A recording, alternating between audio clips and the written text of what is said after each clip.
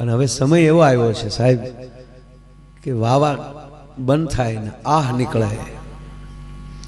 આહકારો જ્યાં સુધી નહીં નીકળે, જ્યાં સુધી પીડા નહીં થાય ત્યાં સુધી પ્રેમ નહીં થાય.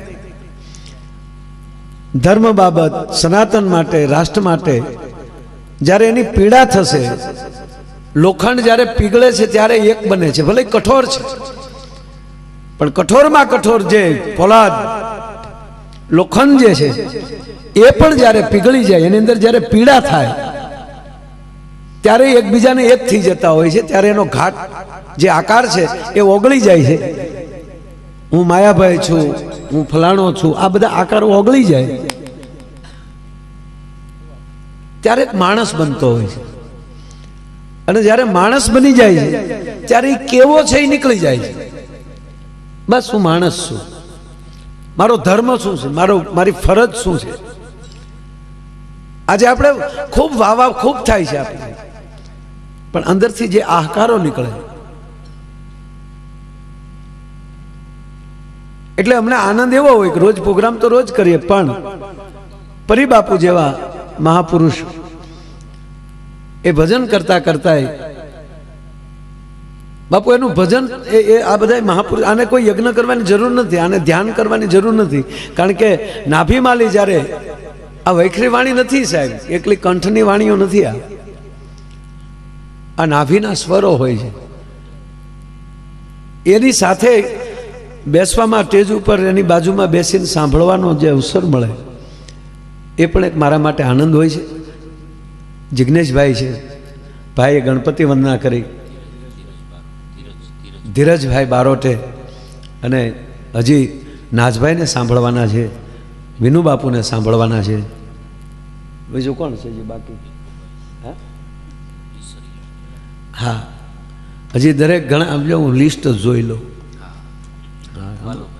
બાલુભાઈ એ પણ બાકી છે. એટલે આપણે રાતે કાંઈ બીજું કામ નથી એટલે બધાને સાંભળવાના છે. હું તમને દાંત જ કઢાવવાનો છું. મારો કોઈ એવો ઈરાદોય નથી કે અત્યારે ને અત્યારે આપણે બધાએ સંકલ્પ લઈ લઈને ઘરે નહીં જાય ને રાષ્ટ્ર માટે નીકળી જાય. એવું મારે નથી કરાવું. તમે કે નીકળો એમ સોવાય નહીં. એ તો ઈશ્વરે મોકલ્યા હોય બધાને કે તમે આ કામ કરજો. એક જગ્યાએ મેં કીધું ને સુરજ કે કોઈને હમણાં ભગવાન મોકલતો જ નથી, કાંઈક કાર્ય લઈને જ મોકલે. થાય એક ભાઈ મને કે હરા ભાઈ રહેવાય ગયો મારા ગામમાં કે 2 જણા છે, કાંઈ કરતા નથી. મેં કીધું એને હળી કરવા મોકલ્યા, હું કાંઈ નથી. બેઠા ગામની હળીઓ કરતા હોય, કાંઈ કર્યા વગર રહી જ ન શકે. વાંદરાના હાથ બાંધી ગયો તમને એમ લાગે ગલોટ ન ખાય? ગલોટ ખાય જ જાય. પણ પહેલી વાર એક વાત કહું છું, આજ એ અમારા બધાને લાગુ પડે છે, આખા જગતને. મને પહેલાં તો મને જ લાગુ પડે, કારણ કે હું બોલું મારે સાંભળવું જોઈએ ને. માણસ સાંભળતો નથી જ વાંધો છે, પોતે નથી. ઘણા બહુ બોલતા હતા, વડીલો નથી કહેતા એ હાય ભળતો ખરો. એટલે મને આનંદ આવે છે બાપુ કે હું પાછો મને સાંભળું છું લાઈવ, તરત. ઘરે જઈને સીડીમાં નહીં, ઘરે જઈને યુટ્યુબમાં નહીં, અત્યારે સાંભળી લઉં. કારણ કે માયો ઓડિયોસમાં બેઠો છું, એને ગપદીને મોકલી દઉં ન્યા વિયો જાય. હા, આપણેથી કાંઈ ન થાય સાહેબ. તો બધાના પરિવારમાં પસા બેઠા છે, ન મોકલી દો હાલો પ્રોગ્રામ કરી આવો જાઓ. ના, વેદની એક કથા છે બાપુ. આ બધા બેઠા છો ને તમે, એ આમ સારણી લાગી ગયેલી છે એવી વ્યક્તિઓ બેઠા છો, એટલે આ વાત કરું છું ને. પહેલી વાર આ 35 વર્ષમાં પહેલી વાર આ વાત આવે. વેદની વાત છે. એક વેદના મહાન યાજ્ઞિક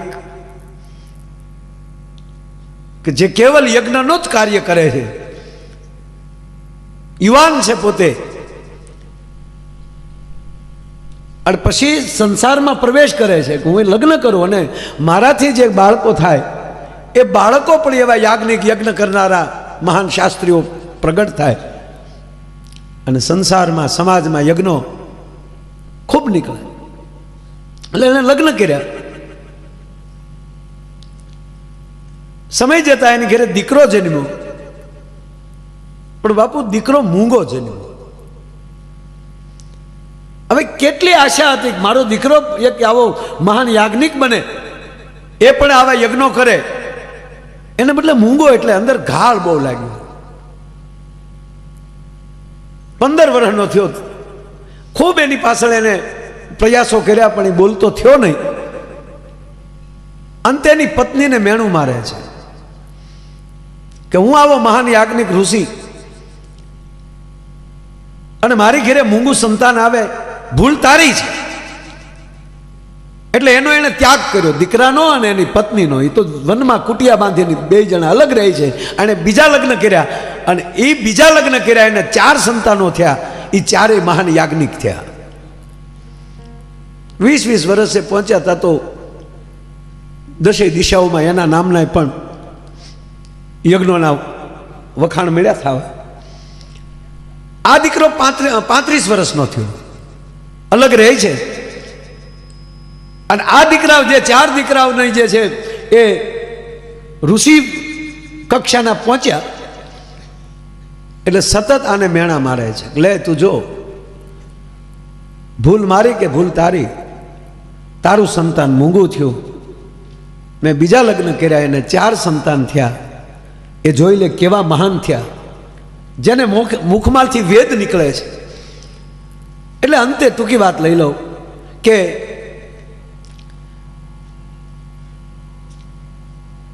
થોડોક સમય જતા એ જે દીકરાના મા હતા, અલગ જ રહેતા હતા, મા દીકરો બે. પણ બાપુ બન્યું એવું કે બાઈને એમ થયું કે હવે મારે શું જીવવું, મારે કેટલાક મેણા સાંભળવા, મારો દીકરો મોહન હવે મારા દેહનો ત્યાગ કરી દો. નદીના સટાન ઉપર આવે છે, મોટી ભેગ છે, આયલી મારી કાયાને પડતી મૂકી દઉં. એ જ્યાં પડવા જાય વિનોદભાઈ, ત્યાં 35 વર્ષના છોકરાની રાડ ફાટી ગઈ. માં અને બાવડું પકડી, તું બોલ્યો, બેસેથી મારી પાસે, હવે સાંભળ્યો છે. હું મહાન ઋષિના ઘરે જન્મ્યો છું, હું જેવો તેવો ન હોય, હું બ્રહ્માજીનો યાજ્ઞિક હતો. બ્રહ્માજીનો યાજ્ઞિક હતો. માં બેસ મારી સામે, તને હવે વેદની રૂચાઓ સંભળાવું. તો તું અત્યાર સુધી બોલતો કેમ નતો? કે મને શ્રાપ હતો, મારા શ્રાપને તારા આહુડાએ ધોઈ નાખ્યો. નકર તો આ ભાવ મૂંગો જ રહેવાનો હતો. પણ તારી સતત પીડા, તારા સતત આહુડા, અને મારે લીધે હવે અંતે તારું બલિદાન જાતું હતું, એમાં હું શ્રાપમાંથી મુક્ત થઈ ગયો. મારી મા તે મને શ્રાપમાંથી મુક્ત કરાયો. તાકે તું આવો મહાન ઋષિ હતો એટલે તો ઋષિના ઘરે આવ્યો. કે તું પણ મૂંગો કેમ? તક માં ત્યારે હું બ્રહ્માજીનો યાજ્ઞિક, બ્રહ્મા મને મોકલતા બધે યજ્ઞ કરવા, એટલે હું મારી વાવામાં વયો ગયો તો. મારે વાવા કરવીથી મારા રાષ્ટ્રના શાસ્ત્રની, મારે વાવા કરવીથી મારા વીરવર પુરુષોની, પણ મારી વાવા મળી થવા. અને આપણી પાસે જે જ્ઞાન હોય ને માં, એનાથી ધર્મની વાવા થવી જોઈએ, વ્યક્તિની વાવા નહીં. હું વ્યક્તિની વાવામાં વયો ગયો તો, એટલે પરમાત્માએ મને મૂંગો કર્યો હતો. ભલામણ મારો કહેવાનો સૂર એ છે કે જે આ સરપંચ ને બધા બેઠા છો, જિલ્લા પંચાયતના સદસ્યો, આપણે બધાને ઈશ્વરે કંઈક પસંદ કરીને સેવા માટે મૂક્યા છે. જિગ્નેશભાઈ વાત કરી, સીએમ સાહેબ સાથે બેઠા ત્યારે મેં એ જ વાત કરી એને કે તમને મોકો આપ્યો છે, તમે ભાવનગરમાં પધાર્યા છો, એમ કરીને મેં ભાવનગરના મહારાજાને 1-2 વાત કરી કે જો બળદ માટે જો એ ત્યાં છે મદ્રાસ એને આપી દેતા હોય, આપ વાતો જાણો છો. એ મેં વાતો કરી, એટલે મેં એવું કીધું કે અમારે અત્યાર સુધી હજી રાજાની જ વાતો કરવાની, અત્યારના વર્તમાનના રાજા તો તમે છો, તો એવી કોઈ ઘટના ન બને કે અમે આવનારા પ્રોગ્રામોમાં તમારી પણ વાત સમાજને કરી શકીએ.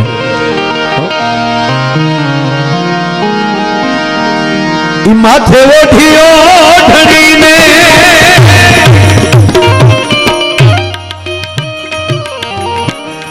પગે બાજ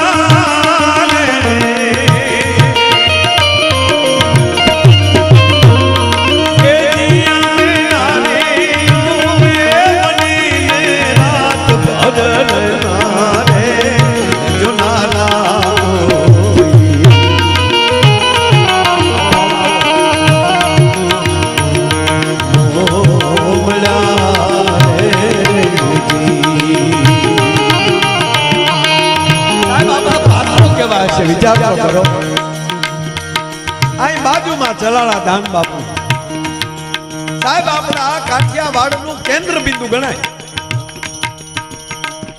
કેવું પાત્ર ભજવીને વિયા ગયા શકાય છે. મહાપુરુષોની માનતાઓ કરતા માણસ થાકતા નથી. એ બાજુમાં જ હમણાં વાવડી રામવાળા બાપુનું સ્ટેચ્યુ મૂકવા જઈ રહ્યું છે. અગાઉમાં વધાય અને બાપ અત્યારે નાટકમાં કોક રામવાળાનું પાત્ર લઈને સ્ટેજ ઉપર આવે તો બાપુ પાત્ર લીધો હોય ઈ પાટું મારીને પટારો તોડે તો હકીકતનો રામવાળો કહેવાય છે. તમે કલ્પના તો કરો.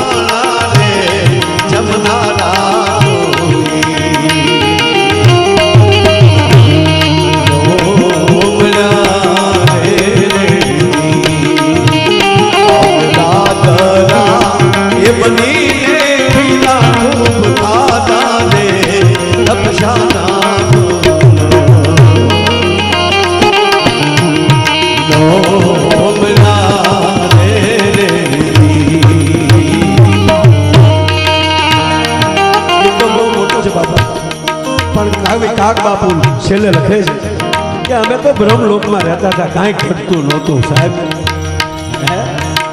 કાક બાપુ કહે છે કે અમે તો બ્રહ્મલોકમાં રહેતા હતા, કાંઈ ઘટતું નહોતું, પણ એમ થયું કે હાલ પાછા ધરતીમાં જાય. નાલી ધૂપકા માર્યા હો. હા આગે બ્રહ્મલોક છોડ્યો